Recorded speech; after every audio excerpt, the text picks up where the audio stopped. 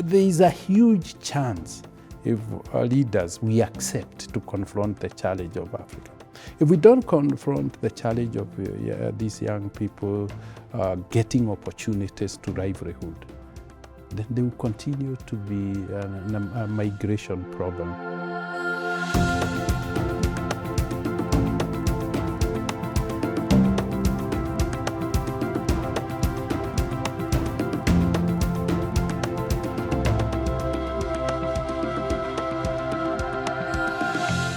Hello, welcome to Transcending Boundaries. I'm Reeta Roy. Today, I'm honored to host a visionary leader whose extraordinary journey has reshaped the financial landscape and redefined the possibilities for millions across Africa. Born in central Kenya, he grew up with economic hardship, but had the good fortune of the indomitable spirit of his community. These early experiences catalyzed his lifelong commitment to champion equity. As the Group Managing Director and CEO of Equity Group Holdings, he has built not just a financial institution, but a movement. Under his stewardship, Equity Group has grown into an exemplar of inclusive finance, empowering millions to access banking services, start their businesses, pursue education, and secure their futures. He established the Equity Group Foundation focused on education, leadership development, and entrepreneurship. He has received numerous awards and recognitions. Please join me in welcoming a transformative visionary, a champion of equity, and one of the most influential architects of Africa's progress, Dr. James Mwangi. Welcome, James, and thank you so much for making time to be on this podcast. Thank you for having me. Now, James, you are a hero to many, many people around the world, especially to young people in Africa. You've had a remarkable career, and for many, you're just at that pinnacle, that global platform. And yet, there's some things people don't know about you. They don't know necessarily about your early beginnings. Would you tell us about your childhood? Thank you very much, Lita. I was born up in a rural setting. It was on the eve of the independence of the country. And as a result, there was no formality in the rural areas. It was more of peasantly life. I was born to parents who had not had the privilege of going to school, and unfortunately lost dad at a very tender age. So I was left under the care of my late mother, Grace, who was widowed in her late 30s and left with 6 kids to bring up. Broadly, there were many challenges because, as I said, there was no mechanism or means of earning money. The environment and setup had not commercialized. And so broadly, it was growing food to feed the family, and that was all. Life was simple, and broadly challenges started when then mom put her foot down that all of us must get educated. And education meant paying some money, and we didn't have a means of generating money to pay school fees. And so mom set the pace that all of us must work very hard and contribute to our school fees. So late in the evening, after school, we had to make a contribution to what would generate anything in terms of income. Early in the mornings, we would wake up very, very early at 4 a.m. in the morning, milk, and go and verd the milk before going to school. And during holidays, then we would be involved in activities like wedding fruits in shopping centers and burning charcoal so that we could generate revenue that would pay school fees. The school fees we are talking about was 2 shillings. Getting 2 shillings was really a hell of a challenge because a whole bag of charcoal would be 25 cents. So to generate 2 shillings was a really lot of effort. And that's how we grew. But that built a very entrepreneurial thrift culture in us. We knew how to save. That we were earning meant saving. We will only go to school if you save what you have earned. You'll go to fed fruits in the shopping center, but you will not be tempted to go and spend even a cent in the restaurant. You'd stay hungry the whole day to go and eat dinner in the evening because saving that 1 shilling meant getting to school. So that thrift culture, that understanding income and expenses started started very early. Life. But also the community was very generous. All these efforts, because as I said, we were 6, all attending school, could not be funded by these activities. And community became handy in supporting. I was very talented in school, and the community sacrificed others so that I could get to school. And my mom was assisted. As I progressed to high school, the government came handy with bursary. And the chief understood about this widow who had no means, whose children were very hardworking, but needed to bridge the gap. So I was awarded government bursary. And that saw me through school. But the community was central to my education. The teachers treated me very well and tolerated me throughout. Tolerated you? Studying throughout primary without ever wearing shoes. And of course, sometimes with shorts that had many colors because there were patches along the way. But that saw me through school and taught me about resilience and focus, that it was not what I was wearing.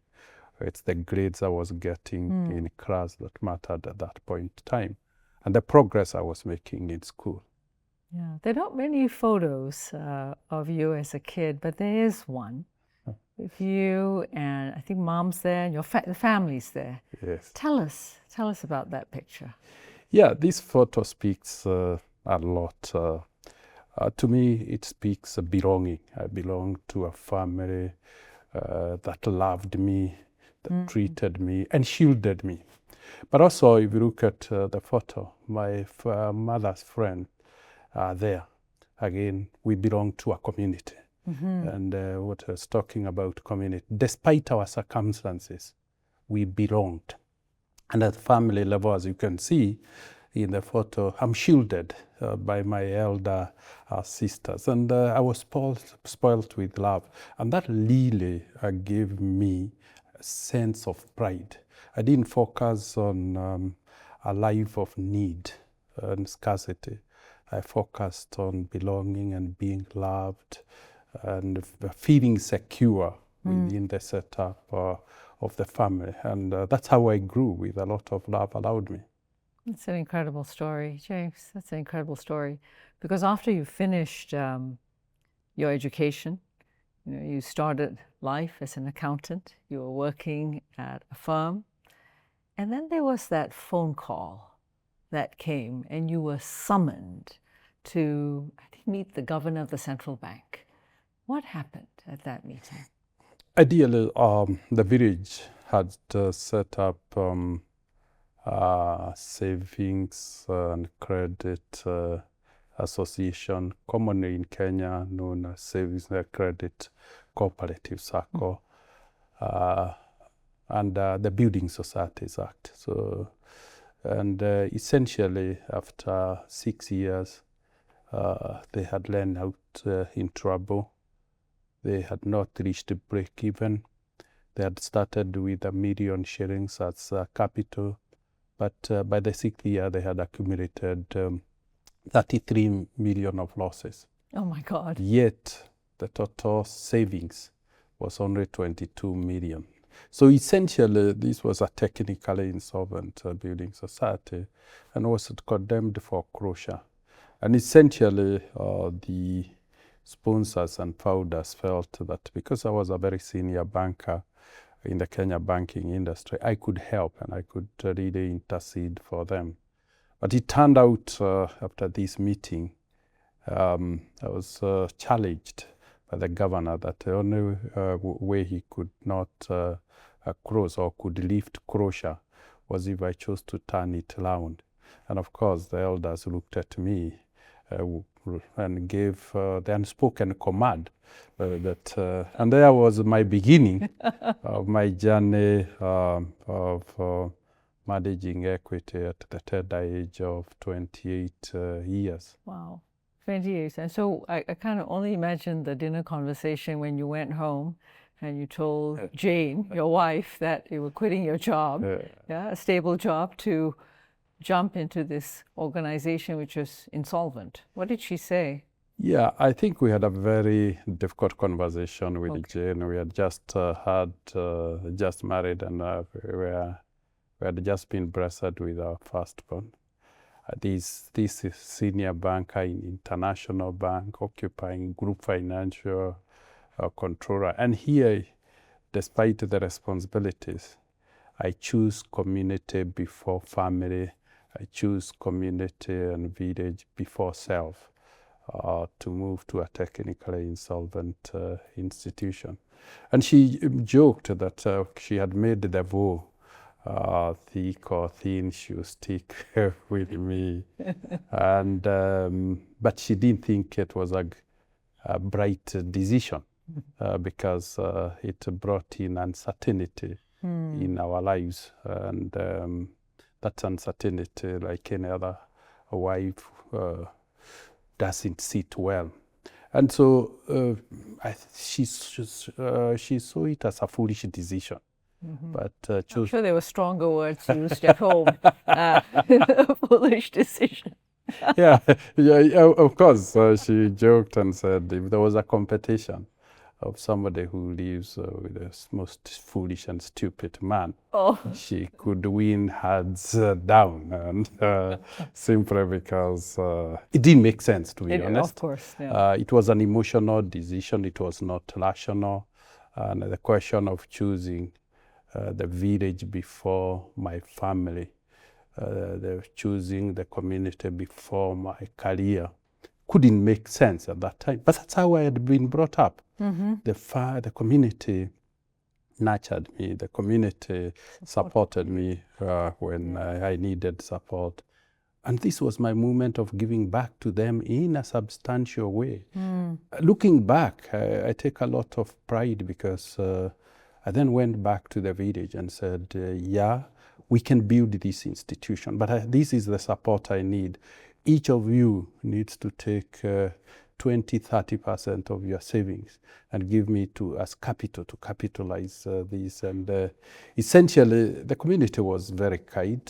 And Mom was number one. Mom was number one, and the entire village. And today, if you look, it's maybe the most banked, almost included, financially included village on the African continent. But because of the success of the bank, they have been really rewarded. Maybe the GDP per capita of the village would compare to GDP per capita of the developed markets. So that was the flip side of it. But yeah, that was not visible at that. I was going to say, but no one knew it at the time, and it wasn't a foregone conclusion. Yeah. Because it was a journey. It's a journey for almost 30 years. Yeah. 35 years. 35 years. 35 years. Yeah, which has taught me about patience. it has also taught me about development and growth. It's an intergenerational process. Each of us make our book contribution, but lay a foundation that others can build on, so that it is not a startup society into perpetuity, but one generation learns and hands over and lays the foundation, hands over to the next, and they build on. And this stack of efforts contribute to progress and development. I love it. Stack of efforts. There is another photograph. You showed me in this little book. It's a black and white picture. You must be in the community or in one of the communities. It's a man talking, and you're the young James is in the background, and you're leaning on against the wall, and I can tell you're listening hard to what this man was saying. And it just seems to me in so many ways speaks to the culture of equity that I've come to know, one that listens to the clients. And you don't call them clients. That was the other thing I learned. Everybody is a member of equity. Can you talk about the culture? Yeah, I think as you have referred to equity, its culture, its philosophy, its beliefs, its ethos, they've been borrowed heavily from the life of a village. It's my experiences, my exposure at the village that has informed, and the values that I borrowed from my mother at a very tender age. There is a great personification of equity. If you look at equity, I belong to a family. I'm a member of a family. So for the villagers and clients, they are members of the equity family. So the concept of family is brought into an enterprise. That we are in this together, we are bound like we were bound in family by love and values. That's what defined us. And our destiny is tied together as members. And so that's where the concept comes. But getting back to this photo, this is now me getting back to the village and saying, you educated me to be your eyes and ears and to acquire knowledge. But this knowledge needs to be practical.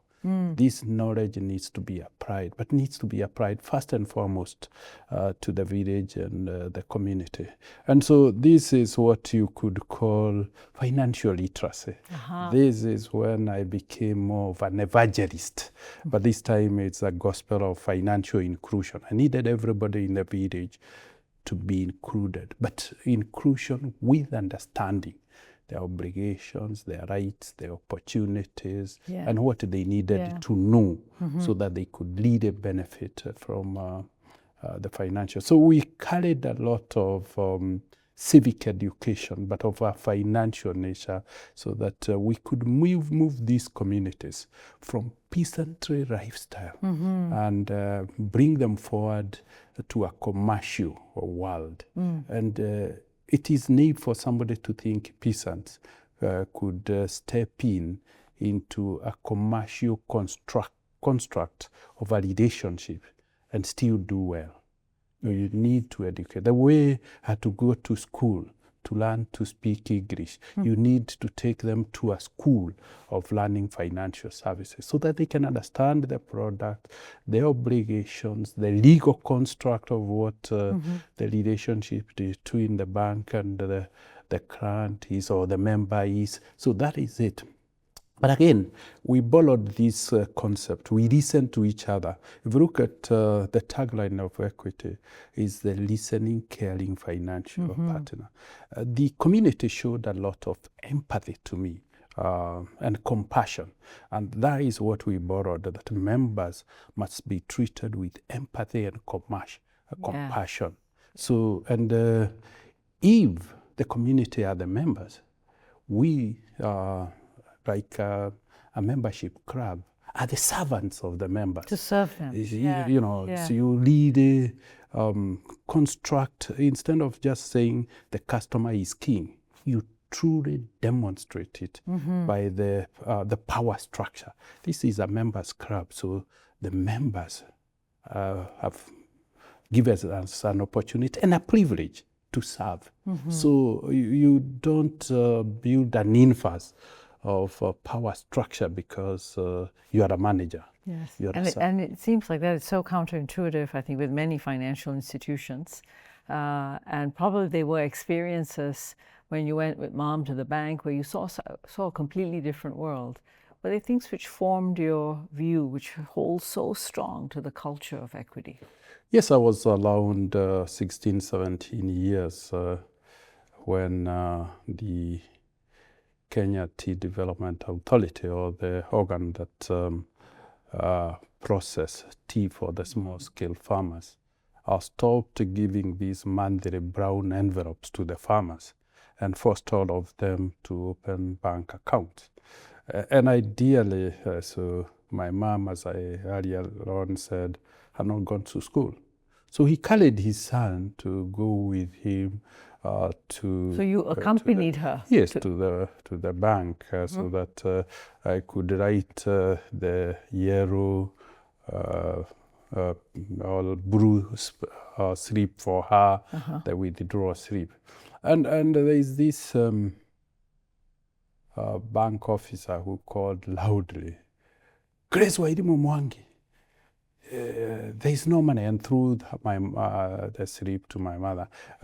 It meant that the tea agency had not processed payments, and so my mom had not been credited. But the humiliation, because this is being said in the local language, the humiliation that my mother went on, "Why are you coming to the bank when you have no money?"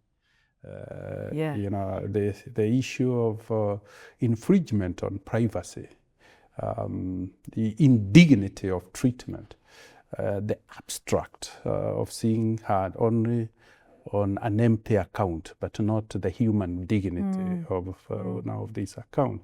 And this humiliation of my mother before me. So at 28, which is broadly 10 years later, when I then developed the beliefs and the corporate philosophies of equity. That was the first thing to change, that equity will be a purpose-driven organization. And the purpose is to give dignity, honor, change lives, and expand opportunities for wealth creation for its members. So dignity was first before financial services. Honor was central, because it's not what you do to me, it's how you do it. Yes. Really, so I didn't like how my mother was treated, and that really formed. The second thing is, I said, it's not just purpose, but the how must be defined by the values we must all live. And that is how we build a value-based equity building society. And the values were very special.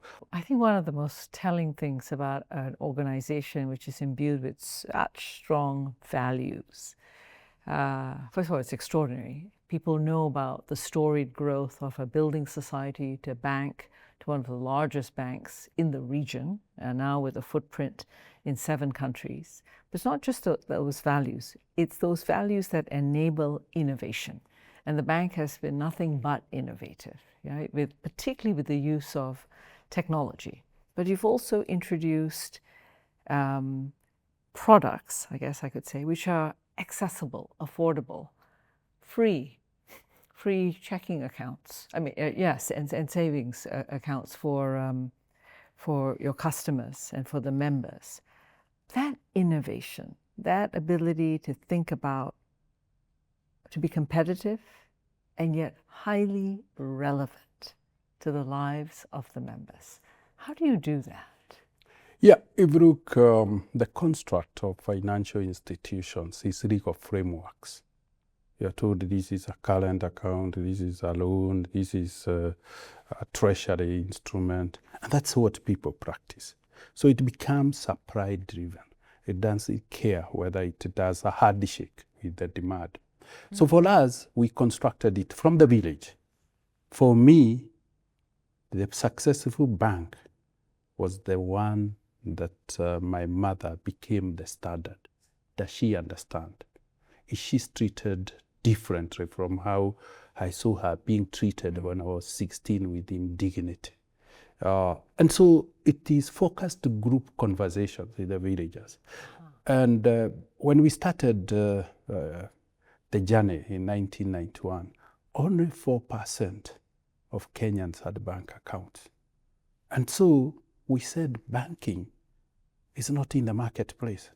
Banking is a niche. 4% is a niche. 96% is the market, and the market is excluded. There's nobody in the market. So we said, how do we get into the market? And when we did focus group discussion in the villages, seated in people's houses or in the shopping centers, we discovered that there were about 7 barriers that made people from Nyagatogo village not access for the bank. The first most ridiculous one was that they were asked that they must be introduced by somebody who has a current account. There was nobody in the village who had a bank account. So they couldn't be So introduced. the whole village was condemned never to have bank accounts. There was nobody to introduce them. So just, if Kenya government has given you an ID, it knows you. So I said, this is a rule that will break from day one. So we removed introductions and said the introduction is the identity that you have been given by Kenya government. The Kenya government knows you. If you have T, the Kenya Tea Development Authority has given you a T number through which your proceeds are processed.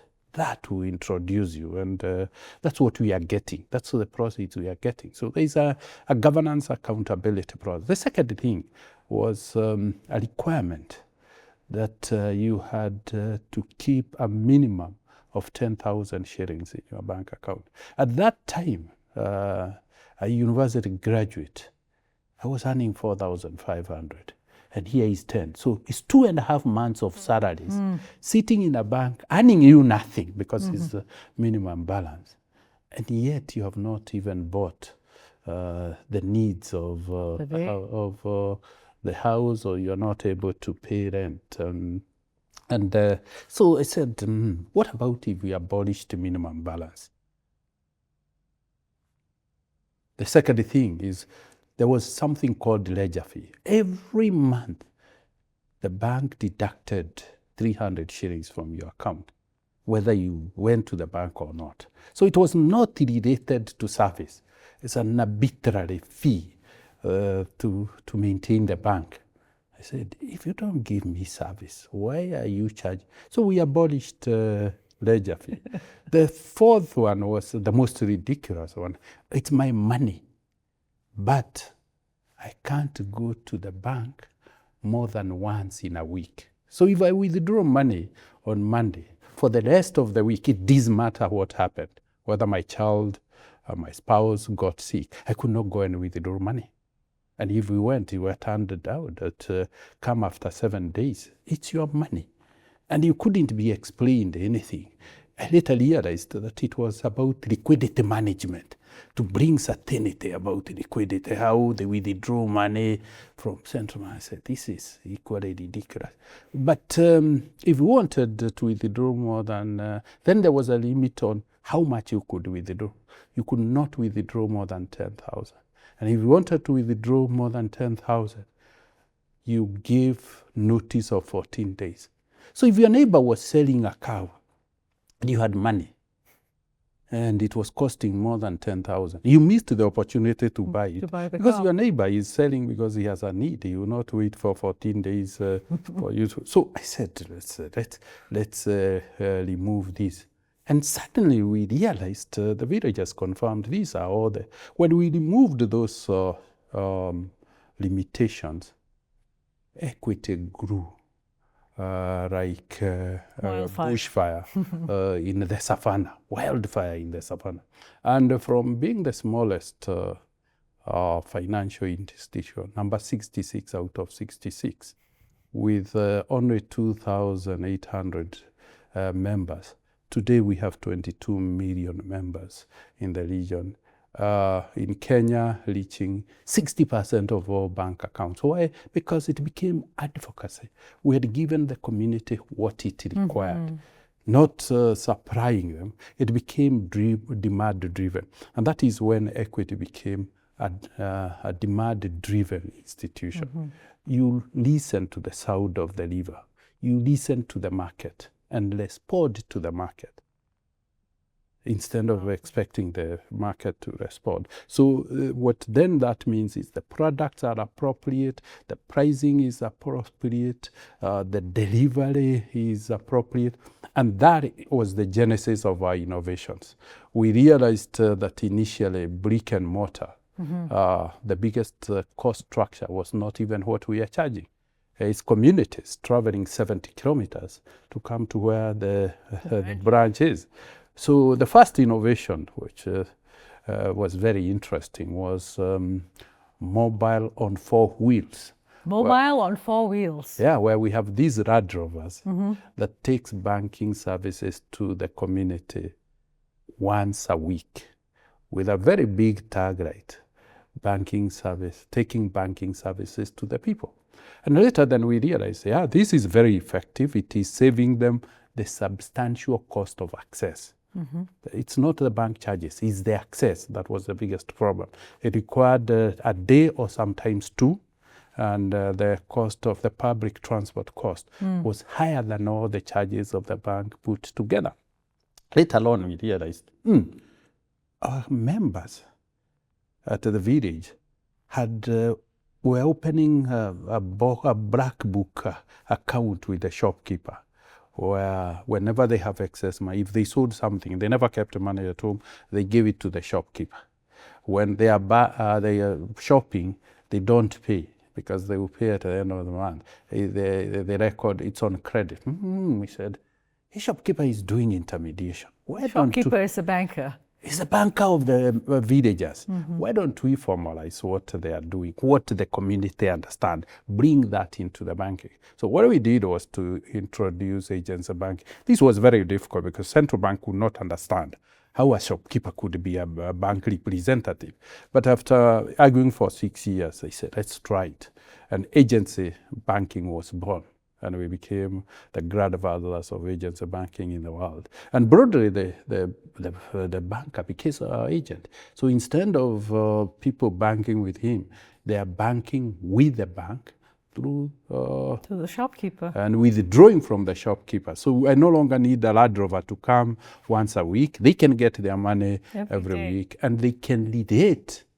And when it came to reading, the shopkeeper could guide me, because they have knowledge, not just of the villagers, but their families and the traditions and practices. So we gathered very critical information about the customer that helped us to do credit analysis. And that really brought close to the last mile of banking. Later on, of course, with the journey of innovation, we realized we could now move from the shopkeeper and put banking on the phone of the customer. We realized the customers didn't have smartphones. So we applied for an MVNO license and got access to the SIM card. And we called it Equitable. And we put a SIM card, loaded the banking application on the SIM card, and gave all our customers. And essentially, they became digital with the feature phones. And the rest is history. Now you have your bank with you. You bank, we bridge time and distance anywhere, everywhere, anytime. And compressing distance and time, delivered and paralleled convenience. The other thing which we sort of talked about a moment ago was that education. I know it's close to your heart because you're a chancellor of a university. But through this whole process of innovation and change and growth, you've also demonstrated that a financial institution isn't just a financial institution. It's also a platform, a place where other services could be delivered to meet needs in the community. And that has to do with education and using the branch network, using the knowledge of communities to help identify young kids who are so deserving of an education, but who struggle to come up with that tuition fee, to be able to pay for the fees. And talk to us about what that program, that process, the Wings to Fly program, what has that done to the culture of the bank, as well as to the lives of so many young people and their families? Thank you very much. As we observed earlier on, the construct of this bank is giving dignity, honor, changing lives, and expanding opportunities to wealth creation. You notice it's very difficult to say the bank is giving dignity and honor and changing lives, because there must be products and tools, and those apply based on the individual. So from the very beginning, we felt that there was need to have two arms of the bank, a social arm and an economic arm that do financial services, and the other one, social interventions. And that's how we ended up with Equity Group, the banking, the financial group, and Equity Group Foundation. And these two arms work together. And we realized that because I was brought up with the view of sharing whatever there was, not to address my greed, but to ensure my siblings also got something. So we didn't eat to feel. We ate to ensure everybody got a piece. And broadly, the community has invested in me. I learned one thing about it, about shared prosperity. We were sharing in the family. The community was sharing to my education. And when I went back in giving back, educating them with the knowledge adequate, that was... So we asked, can we create a construct that would be able to do? And we said, what does the bank give community in return to the footprint of a community walking through the door every day to Equity Bank, trusting, giving its best son, the one that he had educated? And I said there should be an obligation to share. The construct initially was 2% of the revenue of the bank must be a return to community. Call it social impact investment, call it what you want to call, but that was a contribution to community. And the way we first of all used it was to educate the community so that it could benefit from the products and the services of the bank. But the community had greater challenges than that. There were young James Mwangis in the village, and there were young Reetas in the village who could not go to school. And that is young Graces. And young Grace Mwangi, my mother's. So we said, let's create a program. The needy kids could, and we started that. Then we said, the village is educating these kids and they have nowhere to go. We said, why don't we encourage every child who is doing very well in the village, that if they do well, they come for an internship in the bank to make it easier for them to be able to get a job, because they will say they have interned with Equity. So we called it the pre-university education program, where you come to the bank for 2 years before you go to university. Me, I taught for 2 years in Nyakatsogo Secondary School. So that program became the education program. And we are lucky that in 2008, we partnered with the Mastercard Foundation and created eventually what became Wings to Fly. And Wings to Fly was really looking at children who could not transit from the free primary education to the paying secondary education. We had realized that the internship program, when we did a deep dive, we realized the children who are coming to the bank after Form 4 were all from the middle income and above. So we asked ourselves, how comes the children of the very poor, the orphans, are not making it to the bank? And we realized they were not transiting or graduating to secondary education. And we said, let's create a bridge. And I think in a conversation with you, Reeta, we baptized that bridge. No, we said, let's not create the bridge. Let's give them wings to fly from primary to secondary and to their destination, because the wings will remain with them forever, for life. Looking back, together, we have done 22,000 wings to fly scholars. And that inspired other partners. And eventually we started the ELIM scholarship program with the World Bank. And when you look at it today, we have 60,000 scholarships that we have given to secondary education.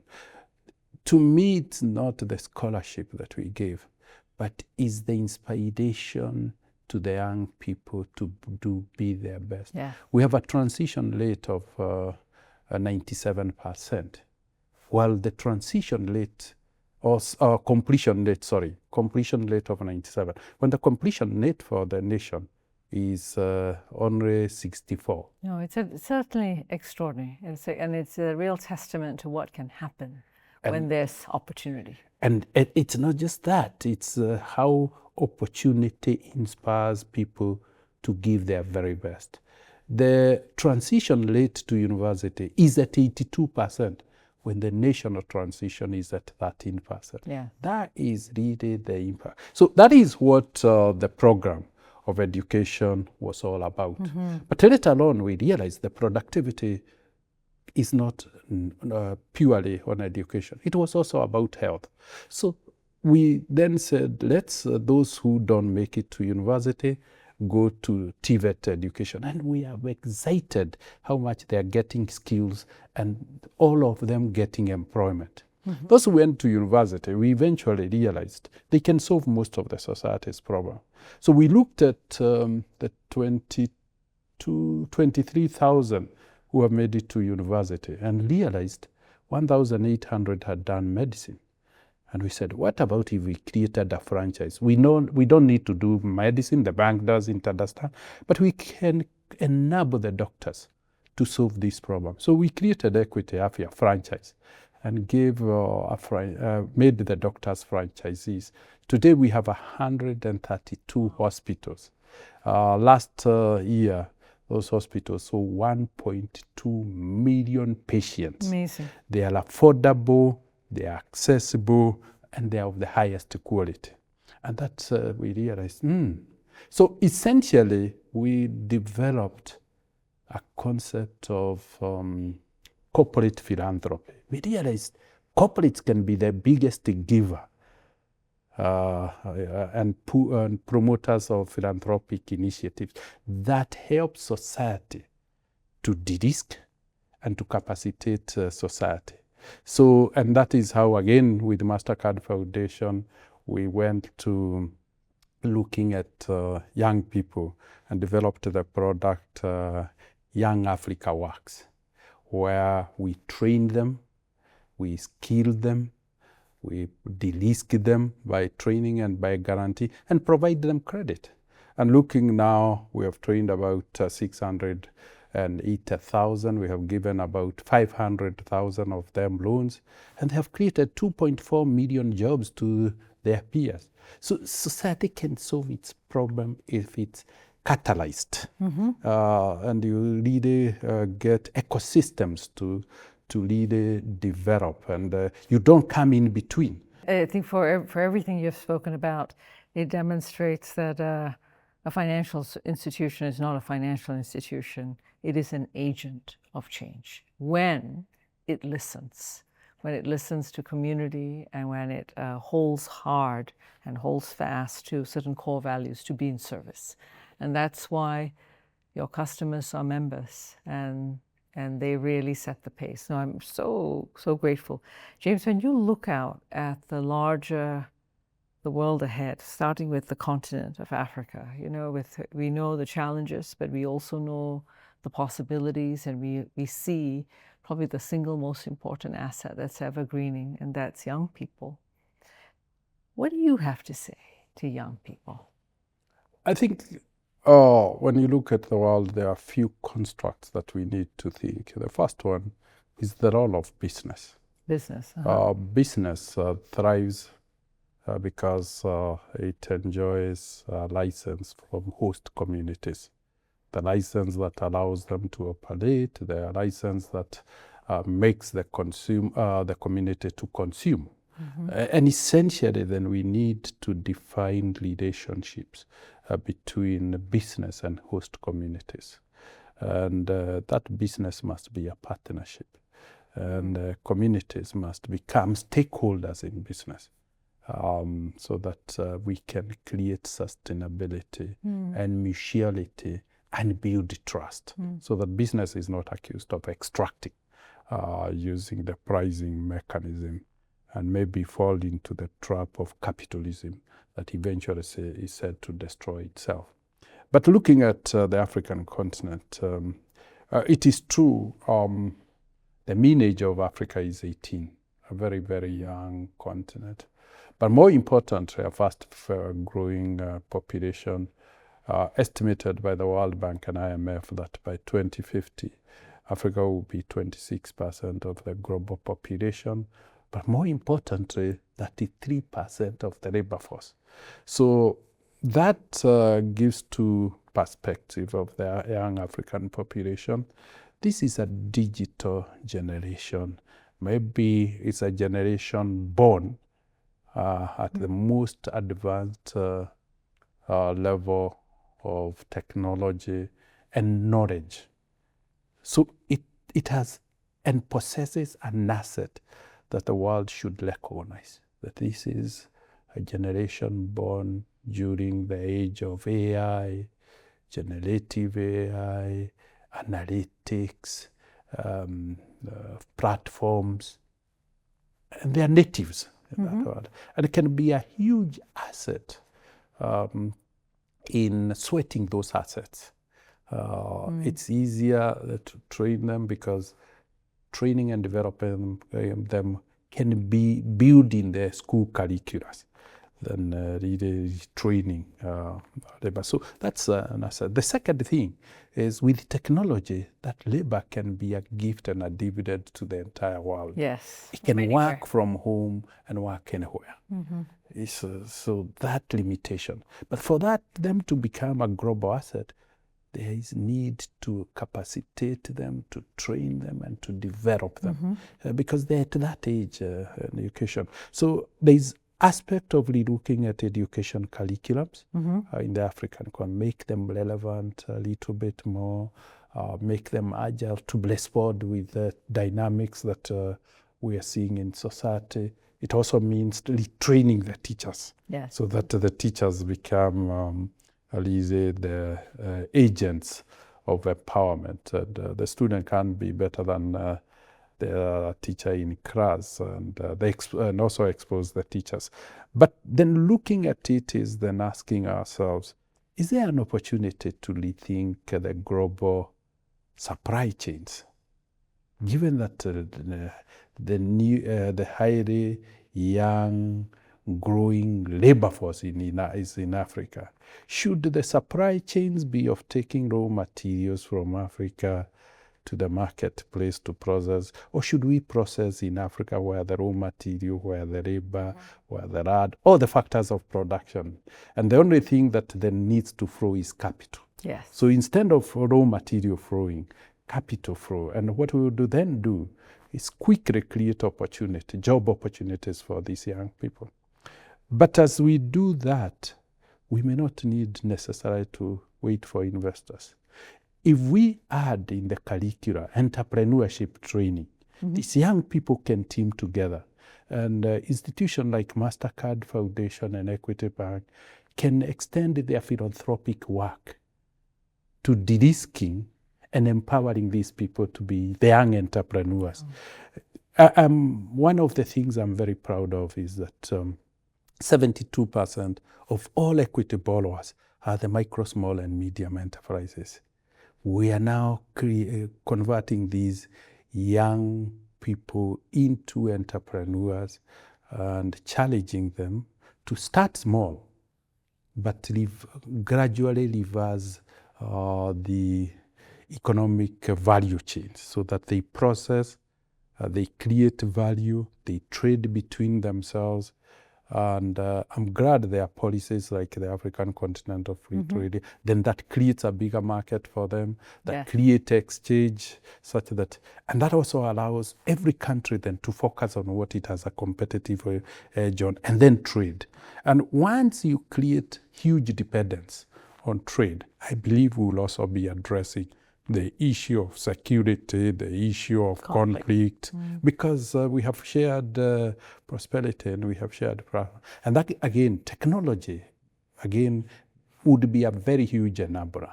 If we really looked at platforms, wow, such that the platforms become public resources, they become public infrastructure, then these young people don't have to invest in the public infrastructure. They leverage and build businesses on public infrastructure. That also is the marketplace. That is. So there is a huge chance if leaders, we accept to confront the challenge of Africa. If we don't confront the challenge of these young people getting opportunities to livelihood, then they will continue to be a migration problem. They will continue to be a risk for social order. So it will be important for leadership to rethink the models, the global construct, the business construct, and the opportunity construct. Yes. So James, one of the things you had talked about was Mom and the values that she instilled with you. What did you learn from her? Yeah, on hindsight, when I look back, because now I understand, Mom had not gone to school, but she was very respected in the village because of the way she carried herself. Her behavior was admired. And then I realized it's the values that she lived. And it now dawns on me why Mom kept on saying, yes, I'm taking you to school, but your values are important. Your values will make you to be trusted. Your values will make you come out as dependable. And I could see the village used her as the treasurer for the village programs, cattle dip, the tea buying center. She was trusted. But I learned a little bit about governance and transparency. Every time, because the meetings will be in her house, she could say, now, treasurer, read for us the minute. Only later did I realize, because she could not read the minutes, she wanted the committee members to confirm what was written, was what she, and the amount of money she was left with is what was documented. So the issue of transparency, accountability, humility, honesty were inculcated, and she emphasized values before work. She emphasized values before education. She says there is nothing in education without values, because your relationships with the people is not defined by your education, but by who you are. Can they rely on you? Can they depend on you? And those are the values that we then said, can we bring them to the bank so that we can enjoy the same reliability and dependability my mother enjoyed when she was a treasurer to the village, because we were also the custodian of people's money. Amazing story.